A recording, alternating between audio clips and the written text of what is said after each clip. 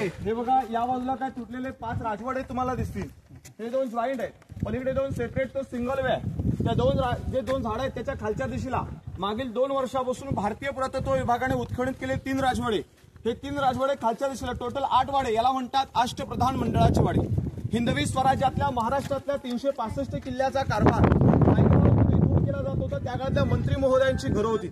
जगातला एकमेव राजा होऊन गेला की त्यांनी 350 वर्षावर स्वतःचं मंत्रालय स्थापित केलं होतं आणि सर्व राज्य विस्तार या मंत्रालयाच्या हाती सोपवलं होतं. रयतेच्या राजाने स्वराज्य घडवलं गेलं होतं. स्वराज्याचं स्वप्न अवघ्या 50 वर्षामध्ये साकार केलं गेलं. पण आपल्याला गड किल्ले पाहायला आनंद होत नाही का? तर एखाद्या ठिकाणी बीचवर जाऊन आपण एन्जॉय करतो. रायगड एक ऐतिहासिक पॉईंट आहे. इथलं पावित्र्य राखणं प्रत्येक शिवभक्ताचं काम आहे. आपण गडाच्या बाल्ली किल्ल्यामध्ये आज जे गड किल्ला पाहतोय, या गड किल्ल्याच्या बाल्ली किल्ल्यामध्ये हे त्यावेळेचं जे मंत्रिमंडळ पाहतो. महाराष्ट्रातल्या 365 किल्ल्याचा जर कारभार पाहायचे तर राजांचे मंत्री तरी कोण होते? मोरोपंत पिंगळे, हंबीराव मोहिते, रामचंद्र त्रिंबक, रामचंद्र निलखंठ निराजरावजी, अनाजी पंत, रघुनाथ पंडित, यसाजी कंक, हे जे काही मंत्री होते त्या प्रत्येकाला एक कारभार दिला जायचा. त्या प्रत्येकाला एक अंतापूरमध्ये एक राहतं घर असायचं. मध्ये जे फाउंडेशन त्यांचं ते अंतापूर होतं, साईडला त्यांच्या कचेऱ्या आहेत आणि इकडे त्यांना टॉयलेट बाथरूमची रचना, म्हणजे प्रत्येक मंत्र्यासाठी सेपरेट एक टॉयलेट बाथरूम तयार केलं जात असायचं. जसं राणी महलामध्ये पाहिलं तसं इथे इंग्रजांनी दावा केला की आम्ही टॉयलेटचं भांडं घडवलं. इंग्रज 20 दिवस शिवरायांच्या आदेशाने रायगडावरती राहिले.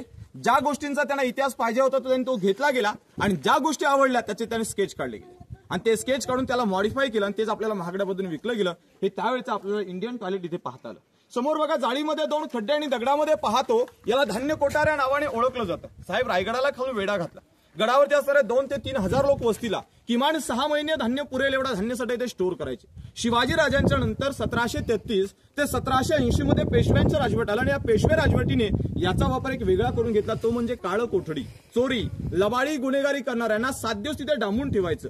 8व्या दिवशी गुन्हा कबूल नाही केला डबल गोंत्यामध्ये बांधायचं. पुढे एक टोक आहे, त्याचं नाव आहे टकमक टोक आणि टोकावरून कडेलोट केला जायचा. हायकोर्ट हाय शिक्षा. इतिहास माझ्यापेक्षा सुद्धा वाचला असेल. कुठे ऐकलंय का किंवा वाचलंय का कुठे की छत्रपती शिवाजी महाराजांनी टकमुक टोकावरून कोणाचा कडेलोट केलाय? आपल्या राजांनी कधीच कोणाचा कडेलोट केला नाही. संभाजी महाराजांनी कोणाला सुट्टी नाही दिली. संभाजी राजाने स्वराज्याचा पहिला कडेलोट केला तो म्हणजे माळ सावंतांचा. आणि दुसरा आदेश होता, जर का अनाजी पंत रायगडावरती सापडले तर टकमुक टोकावरून कडेलोट करावं. ते इथे सापडले नाहीयेत. इथे पाली तालुका रायगड जिल्ह्यामध्ये तिथे सरसगड नावाचा किल्ला, तिथे त्यांना हत्ती तिथे पकडलं गेलं आणि पेडली ते गावामध्ये होळीच्या मैदानी हत्तीच्या पायाखाली देण्यात आलं. मग विचार करण्यासारखी गोष्ट, राजांच्या काळामध्ये कैदी ठेवायला जागा कुठे हो?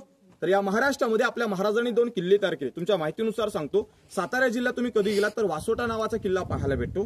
सह्याद्रीच्या आणि रायगडाच्या मध्ये लिंगाणा नावाचा किल्ला, हे 2 किल्ले महाराजांनी कैद्यांसाठी व्यवस्था केली होती. ही कोकणातली पेव किंवा कणगी, पहिला खड्डा 22 फूट आहे, 20 फूट 15 फूट. प्रश्न असा पडला की धान्य काढायचं कसं? ओतानावरून ओतायचं आणि काढताना लाकडी शिडीचा वापर करायचा. इमर्जन्सी धान्य पुरवायचं. पण तुम्ही कोल्हापूरचं पन्हाळा पाहिलंय का? नसेल पाहिलं तर एकदा भेट देऊन पहा. पन्हाळ्यावरती जमीन लेवलपासून 52 फूट उंचाची 3 कोठार आहेत. त्यांची नावं आहेत गंगा, यमुना, सरस्वती. वरून टाकायचं आणि मागून काढायचं. इथे तसं नाही. ओतानावरून ओतायचं आणि काढताना लाकडी शिडीचा वापर करायचा. शिडीने खाली उतरायचं, धान्य गोणीमध्ये भरायचं. इमर्जन्सी जिकडे पाहिजे तिकडे धान्य पुरवठा केल्याचे धान्यांची गोदामं. पाहताना आपल्या शर्टच्या खिशावरती हात ठेवा. चुकून खाली वागताना एखादा मोबाईल वगैरे काय पडलं पुन्हा सापडलं जाणार नाही. एकदा पाहून घ्या, मग राज पॅलेस पाहायला पुढे जाऊया. बोला पुण्यश्लोक छत्रपती श्री शिवाजी महाराज की जय.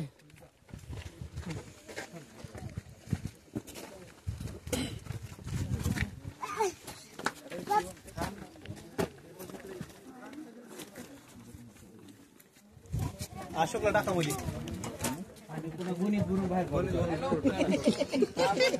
ए यार, ती सुपारी दिली कुठे?